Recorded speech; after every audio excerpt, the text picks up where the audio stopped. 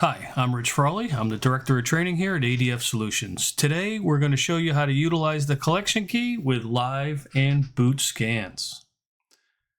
Some requirements before you get started: you are going to need Digital Evidence Investigator or ADF Pro. You will need an SSD drive larger than 16 gigabytes for your collection drive. So you want it large enough to collect the data that you are requesting. And I recommend a minimum of 128 gigabytes. And again, it depends on what you're going to be collecting. And you will need an authentication key smaller than 16 gigabytes, so it does not get recognized as a collection key, and that will be your ADF license. For preparation, you need to prepare the collection key, which I will show you here live in a couple of minutes. You're going to prepare it with default or customized search profiles. And the search profiles are the instructions on what you want to collect, or with no predefined search profiles, and that's where you select the artifact or file captures you want to run at the time of the scan. You also have options to select your partition scheme, whether it's MBR or GPT, and a BitLocker option. And once your key is prepared, it will automatically be safely ejected. 2 ports are required for a scan, one for your collection key and one for the authentication key.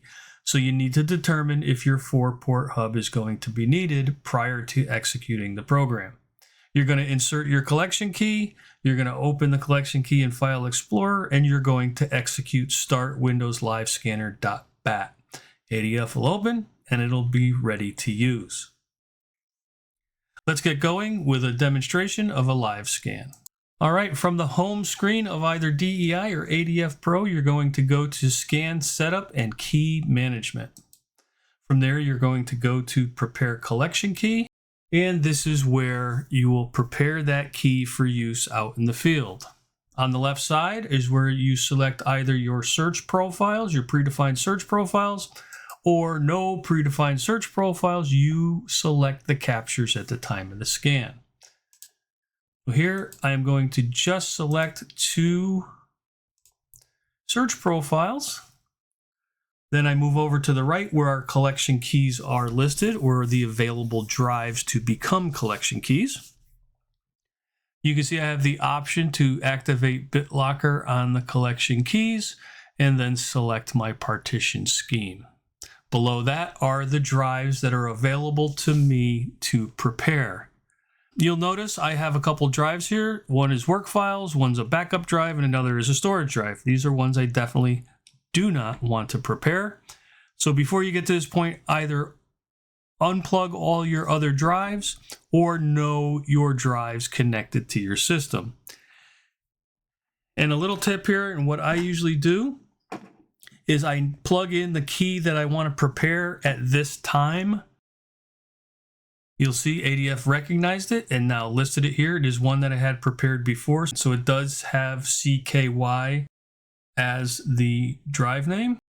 I'm going to select that key. Now I know that's the one I want to prepare. So I have my drives, I have my drive selected, I have my search profiles, I select prepare on the bottom.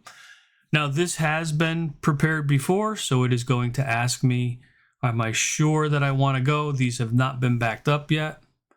I am going to proceed. Again, it's going to say, hey, these are not empty, and they'll be deleted. And I continue on. Once complete, ADF will let you know that it is ready. It has been safely ejected, so you may now unplug it. Now, there may be an error here that says unable to eject device. That is okay. The drive is prepared.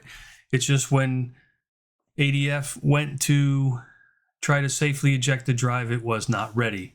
But your drive is prepared and ready for use.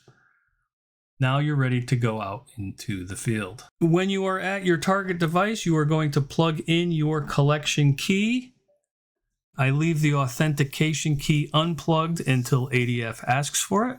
If auto run is not enabled, go to File Explorer and select your collection key, then execute start Windows Live Scanner.bat. ADF will take control of the drives Now, when you plug in a device to Windows, Windows will recognize the device has been plugged in and make changes. When you execute start Windows Live Scanner.bat, Windows recognizes a program was executed and makes some changes. Once that is done and ADF or DEI is open, we have control of the drives. There are no further changes, no dates, no times, no metadata is changed from this point forward. Even if you are reviewing your results from the collection key, nothing is changed. When you first get here, you can see you can create a RAM dump. One click and RAM starts getting collected. You can see what it'll be saved as on the collection key. RAM dump the date and time in a zip file.